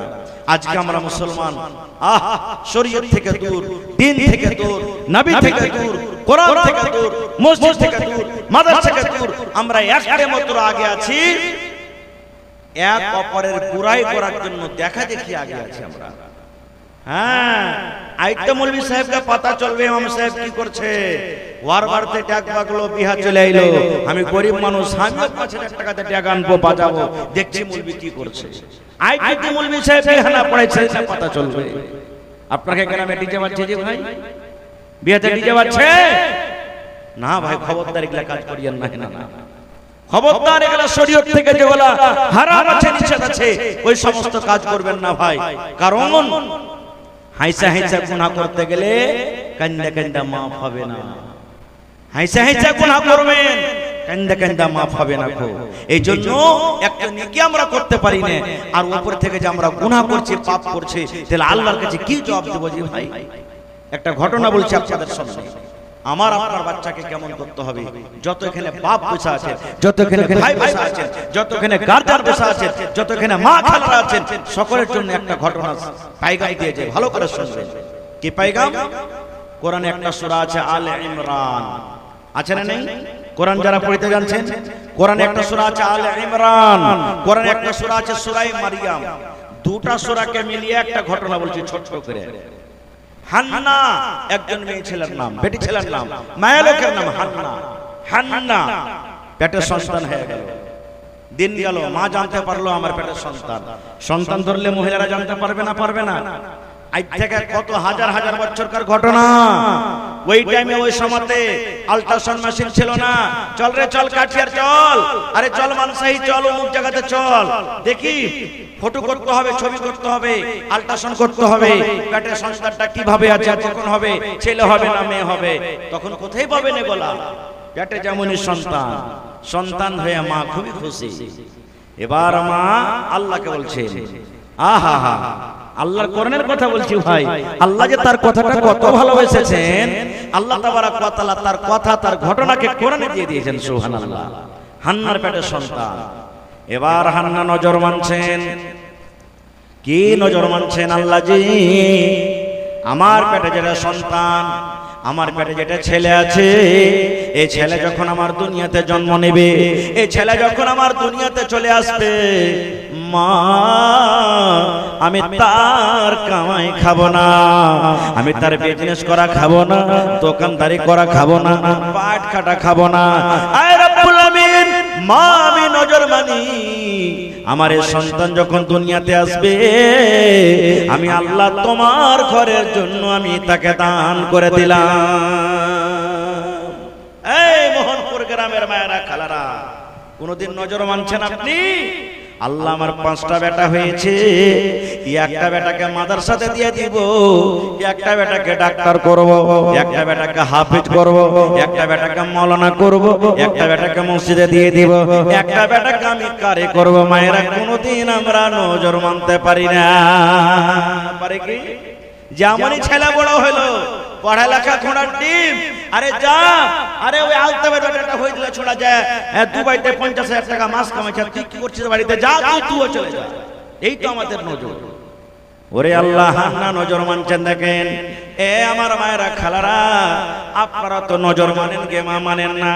আল্লাহ যদি এই কাজটা হয়ে যায়, 2টা রোজা করব, আল্লাহ এই কাজটা হয়ে গেল, আমি 1000 টাকা আমি দান করব, আল্লাহ চকের ফুলখানটা কিনতে পারলে আল্লাহ আমি 5000 দান করব। নজর মানেন না? মানছে না? মানে না?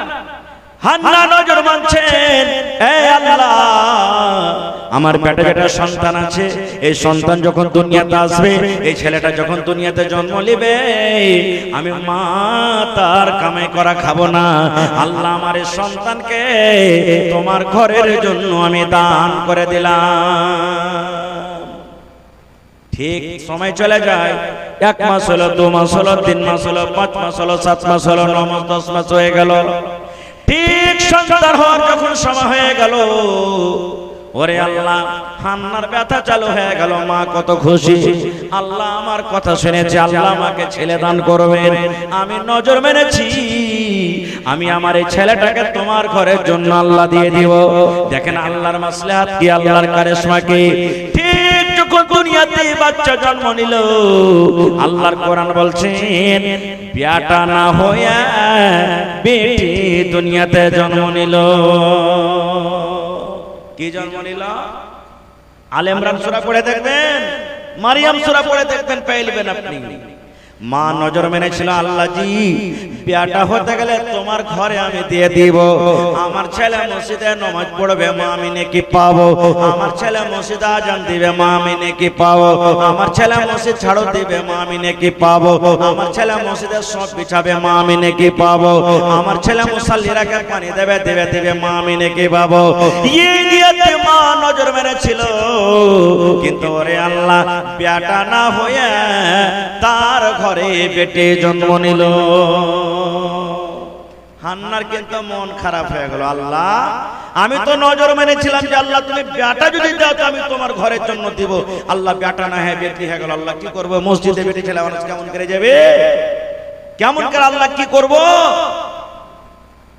আল্লাহ রাব্বুল আলামিন বলছেন, হান্না রে মন তুমি খারাপ করিও না রে হান্না, মন খারাপ করিও না। আমি আল্লাহ রাব্বুল আলামিন বেটা না দিয়ে তোমাকে বেটি দিয়েছি।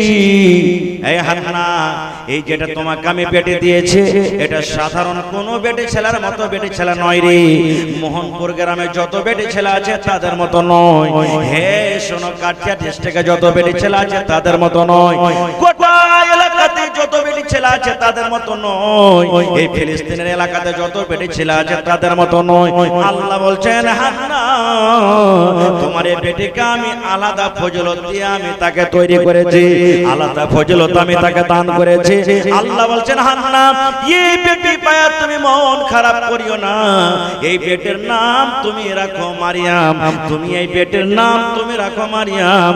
এবং তোমার বেটিকে তোমার ওয়াদা মতো, নজর মতো তুমি আমার ঘরের জন্য তুমি দিয়ে দাও। আরে বেটি ছেলে হলো তো কি হলো? যাও তুমি তোমার এই বেটিটাকে তুমি ঘরে দিয়ে দাও, যাও। সুবহানাল্লাহ। ভাই মুসলমান, এখানে একটা কথা আপনার কার বলে দিই আমি। হান্না নজর মেলেছিল বেটার জন্য না বেটির জন্য? একটু কথা বলেন ভাই। বেটার জন্য, কিন্তু হলো কি বেটি। তাহলে বেটি দেওয়ার মালিক কে? জোরে বলেন। বেটা দেওয়ার ক্ষমতা কে রাখেন? আল্লাহ রাখেন। আল্লাহ কোরআন সূরাতে বলছেন, বান্দারে আমি আল্লাহ যাকে ইচ্ছা করে বেটা দান করি, আমি আল্লাহ যাকে ইচ্ছা করি বেটি দান করি, আমি আল্লাহ যাকে ইচ্ছা করে বেটা বেটি দুটাই দান করি। মানুষের হাতে কিন্তু কিছু নাই। যখন মানুষের হাতে কিছু নাই, তাহলে আমি ওই মাকে বলবো, ওই ভাইয়েরাকে বলবো, যখন আপনার স্ত্রীর পেট থেকে যদি 3টা 4টা বেটি হয়ে যায়, স্ত্রীটাকে কেন বকাঝকা করেন? কেন স্ত্রীকে তালাক দিয়ে দেন? স্ত্রীকে কেন ভালো মতন খাইতে ফেলতে দেন না? স্ত্রীকে কেন মারা পিটা করেন? তোর মতন স্ত্রীকে বাড়িতে রাখবো না, কারণ তোর পেট থেকে শুধু বেটি জন্ম লয়, তোর মতন স্ত্রীকে আর ভাত কাপড় দিব না। যা তোকে তালাক দেন, তুই বাপের বাড়িতে চলে যাই। কেন করবেন? এগুলা ভুল হয়েছে না, হয় না ভাই? জোরে বলেন সুবহানাল্লাহ। ভাই মুসলমান, আল্লাহ রাসূল সাল্লাল্লাহু আলাইহি ওয়াসাল্লাম মসজিদে নববী, যেটা মসজিদ এখন বইনা আছে, ওই মসজিদে নববীর ঘটনা। মুসলমানের মান সম্মান হলো কি মসজিদ। যেখানে মুসলমান আছে ওখানে মসজিদ আছে, থাকবে ইনশাআল্লাহ। নবীজি মক্কা থেকে হিজরত করে মদিনা চলে গেলেন। মদিনাতে মসজিদ নেই, কিন্তু মসজিদ বানাইতে হবে। আজ আপনারা জালসা করেছেন মসজিদ আলিয়া, মসজিদের 3য় মঞ্জিলের কাজ, দেওয়াল ফাইনাল হয়ে গেছে, উপরে কিছু লাগবে, ছাদ কাটাতে হবে, কিছু লাগবে, টিন লাগবে, অ্যাসবেস্টস লাগবে নাকি? এজন্য জলসা করেছে। নবীজি সাহাবায়ে কেরামকে বলে গেলেন, কোন জায়গাটা মসজিদ করতে হবে রে বাবা? যেখানে এখন মসজিদ আছে ওই জায়গাটা পছন্দ হলো। নবী বললেন, এই জায়গাটা হলো কার? এই জায়গাটা হলো কার? সাহাবায়ে কেরাম বলছেন, ইয়া রাসূলুল্লাহ, 2টা ইয়াতীম বাচ্চার হলো জমিন। কার জমিন? 2টা ইয়াতীম বাচ্চার জমিন। একজনের নাম হলো সাহাল, একজনের নাম হলো সুহাইল। নবীজি বললেন, বাচ্চা 2টাকে ডাকো। দৌড়াতে দৌড়াতে দৌড়াতে চলে গেলেন। দয়ার নবী বললেন, হে আল্লাহর বান্দারে, এই জমিনটা হলো কার? ইয়াতিম বাচ্চা দুটো বলছেন, নবী গো, আমরা দুজন ইয়াতিম ভাই, আমাদের বাবা নাই, দুনিয়া থেকে চলে গেছেন। আমাদের আব্বা জান আমাদের দু ভাইয়ের জন্য জমিনটা ছেড়ে গেছেন, তাহলে এই জমিনের মালিক হয়ে গেলাম আমরা। নবীজি বলছেন, বিক্রি করবে না? জমিন কেন বিক্রি করবে না? বাচ্চা দুটা বলছেন, না আমাদের দরকার নাই, বিক্রি করব না। এবার নবীজি বললেন, বিক্রি করে দাও। সেই বাচ্চা দুটা বলছেন, ইয়া রাসূলুল্লাহ কি করবেন? এই আমার মোহনপুর গ্রামের মায়েরা খালারা শুনেন রে বন্ধু, কেমন ঈমান দেখেন। ইয়াতিম বাচ্চা বলছেন, কি করবেন নবী গো?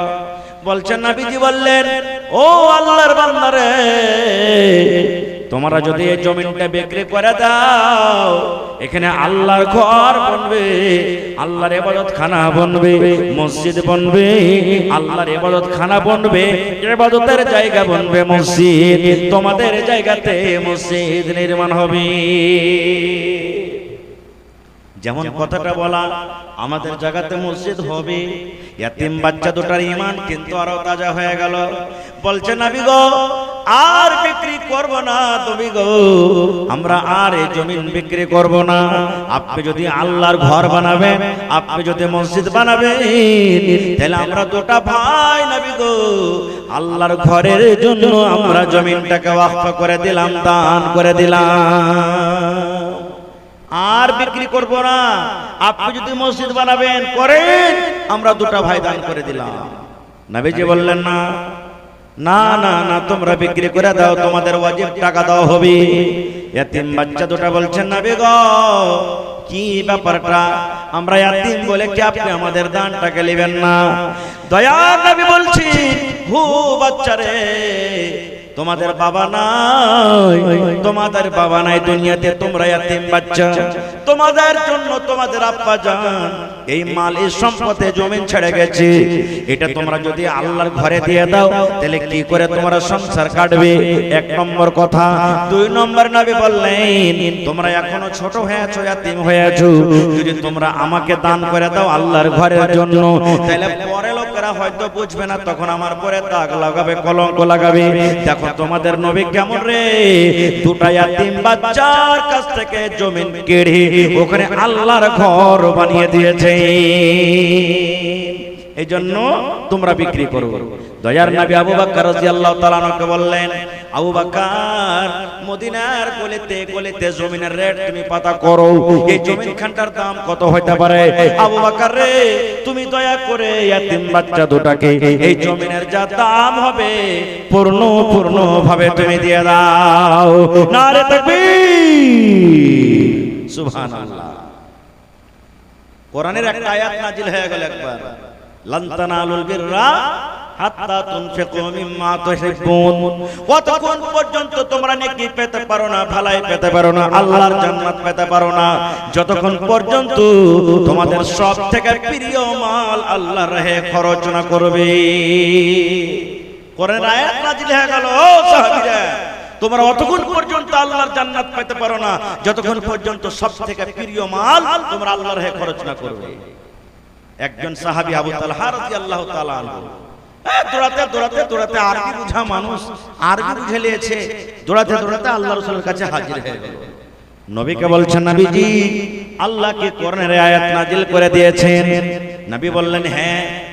এবার আবু তালহা বলছেন, আল্লাহ রাসূল গো, আমার মদিনার ভিতরে বাইরোহা নামে একটা বাগান আছে, বাইরোহা বাগানের নাম বাইরোহা, বাইরোহা নামে একটা বাগান আছে নবী গো, যে বাগানের খাজুর মিঠে, যে বাগানের ফল মিঠে, বাগানের ভিতরে একটা কুয়া আছে, পানিও মিঠে। আল্লাহ নবী গো, সেই বাইরোহা নামে বাগান আপনার কাছে আমি জমা করে দিলাম, আল্লাহর রাহে আমি দান করে দিলাম, যেখানে আপনার ইচ্ছা সেখানে আপনি দান করতে পারেন।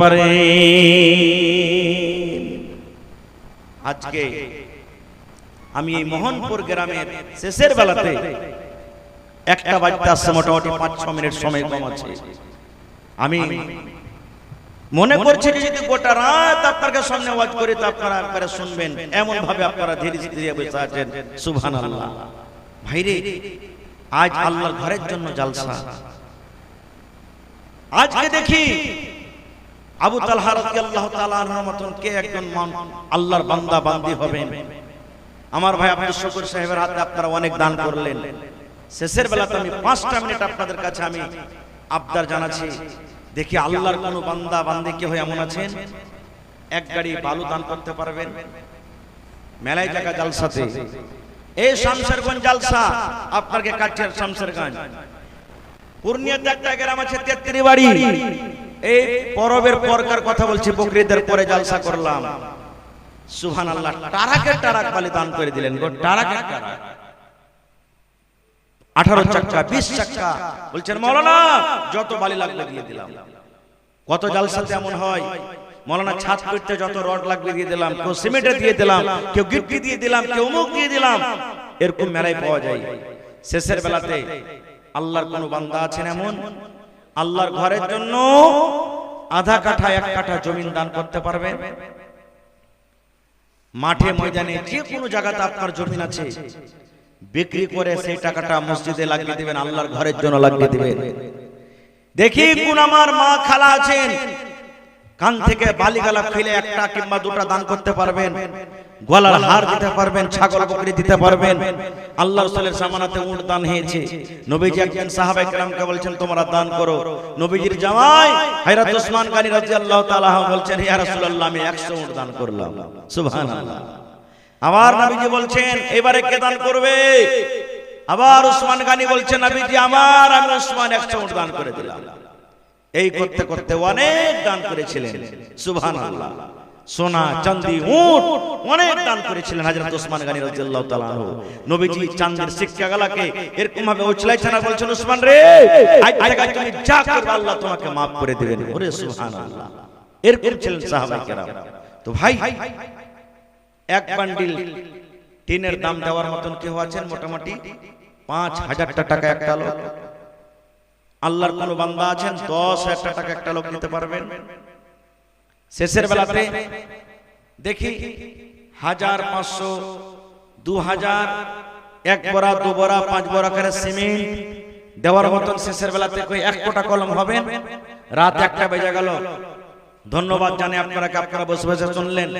মায়েরা খালারা, আপনারা দেখি কানের একটা বালি কিংবা পান পায়াল যদি কোনো ছাগল বকরি দান করতে পারেন, শুধু বলে দেন এখন সকাল বেলাতে দিয়ে দিবেন, বাস 5 মিনিটের মধ্যে দেখি কোন আল্লাহর বান্দা বান্দি এমন আছেন আমার হাতে একটা লোক কমপক্ষে 1000 500 2000 5000 10000 1 কাঠা জমিন 8 কাঠা জমিন 1 ডিসমিল জমিন কিংবা কোন জেওয়ার হাতের পায়ের কানের লাখের এরকম কেউ জেওয়ার দেওয়ার মতন কেউ আছেন আল্লাহর ঘরের জন্য? কারণ আল্লাহ রাসূল বলেছেন মান বানা লিল্লাহি মসজিদান বানাল্লাহু লাহু বাইতান ফিল জান্নাহ। সুবহানাল্লাহ। এত ওয়াদা আর এত গ্যারান্টি 1400 বছর আগে নবী এলান করে দিয়েছেন, যে আল্লাহর ঘর বানাবে আল্লাহর ইবাদতের জন্য, আল্লাহর বান্দাগির জন্য, আল্লাহ তাবারক ওয়া তাআলা তার জন্য জান্নাতের ভিতরে একটা ঘর বানিয়ে দিবেন। সুবহানাল্লাহ। এত বিশ্বাস আর ভরসা। তো সেই জান্নাতে ঘর দেওয়ার জন্য, আখিরাতের জন্য আজকে যে বাড়ি যে ঘর আমরা বানালছি কতদিন থাকবো আল্লাহ ছাড়া কেউ জানে না। সেই বাড়ি সেই ঘর ছেড়ে আমাদেরকে চলে যেতে হবে, সেই জমির জায়গা ছেড়ে আমাদেরকে চলে যেতে হবে। আসল ঠিকানা, আসল বাড়ি, আসল ঘর আমাদের হবে কি আখিরাত।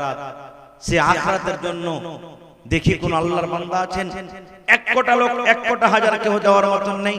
শেষের বেলাতে বিসমিল্লাহ করেন আমার হাতে।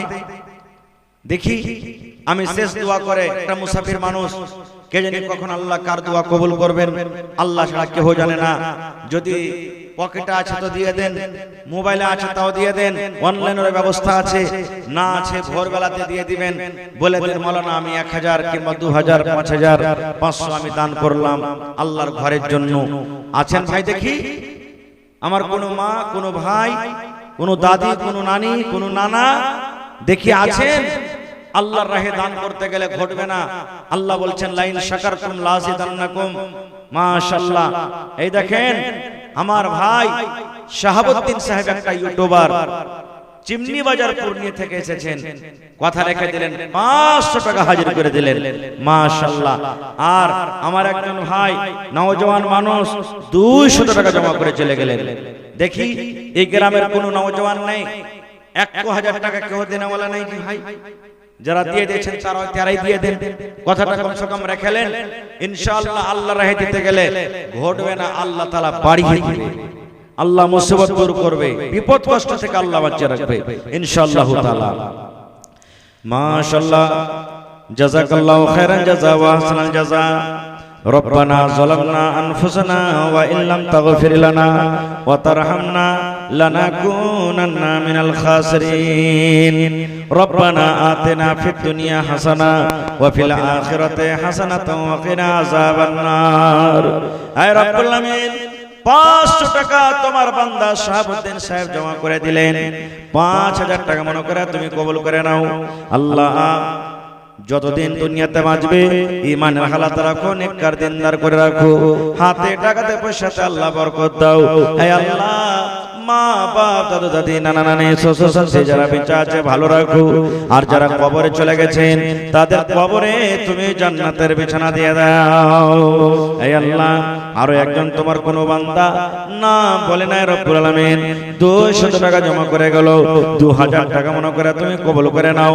হে আল্লাহ যতদিন দুনিয়াতে বাঁচবে ঈমানের হালাত রাখো, নেককার দিনদার করে রাখো, হাতে টাকাতে পয়সাতে বরকত দাও।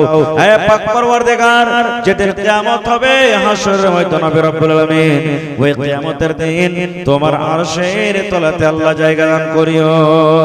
রব্বানা তাকাব্বাল মিন্না ইন্নাকা আনতাস সামিউল আলিম।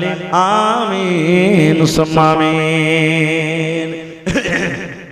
আসেন শেষের বেলাতে 10 20 200 500 1000 2000 2 বড়া 4 বড়া 5 বড়া করে সিমেন্ট গালে দিয়ে দেন ভাই। আসেন তাড়াতাড়ি করে আসেন। হয়নি হবে না হতে পারে না আমার নবীর সাথে কারো তুলনা, হয়নি হবে না হতে পারে না আমার নবীর সাথে কারো তুলনা। ইউসুফকে দেখে যারা আঙ্গুল কেটেছে তারা কি আমার নবীর রূপ দেখেছে?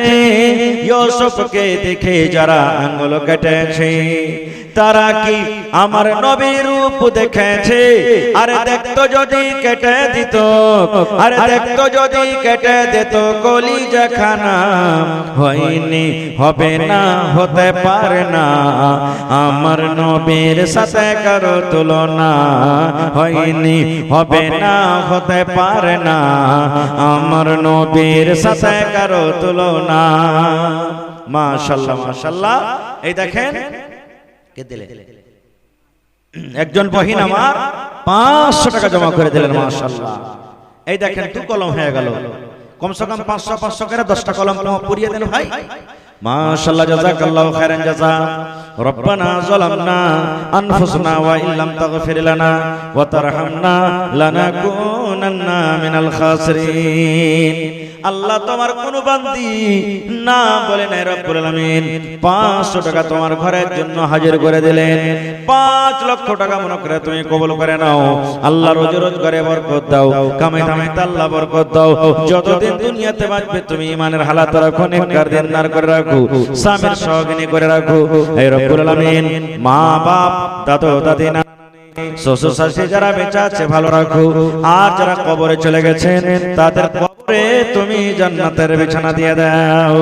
রব্বানা তাকাব্বাল মিন্না ইন্নাকা আনতাস সামিউল আলিম। আমিন সুম্মা আমিন। আসেন আর কেউ দেওয়ার মতন আছে ভাই? আজ মন মোর চঞ্চল রে ভাই ঝরে দুটি আঁখে, এ বুঝাইলে বোঝেস না তুই কোন জঙ্গলের পাখি রে, আজ মন মোর চঞ্চল রে। কাঁচা বাঁশের খাট বাঁধিবে শুকনো পাতের ডোর, কাঁচা বাঁশের খাট বাঁধিবে শুকনো পাতের ডোর, এমন করে বাঁধবে রে মন চলবে না তোর সর রে, আজ মন মর চঞ্চল রে। বরের পাতায় গরম পানিতে মনকে গোসল করাবে, এ গোসল করাইয়া মনকে কাফন পরাবে রে, আজ মন মর চঞ্চল রে। কাফন পরাইয়া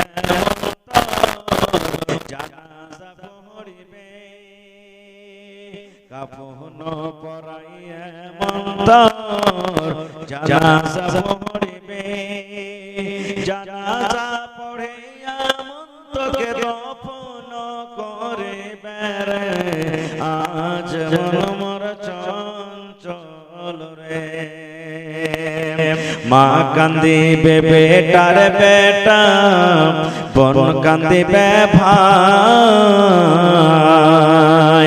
মা কান্দিবে বেটার বেটা, বোন কান্দিবে ভাই, এ ঘরের বেগম সেও তো কাঁদবে আর তো কেহ নাই রে, আজ মন মোর চঞ্চল রে, আজ মন মোর চঞ্চল রে ভাই, ঝরে দুটি আখি এ বুঝাইলে বুঝিস না তুই কোন জঙ্গলের পাখি রে, আজ মন মোর চঞ্চল রে।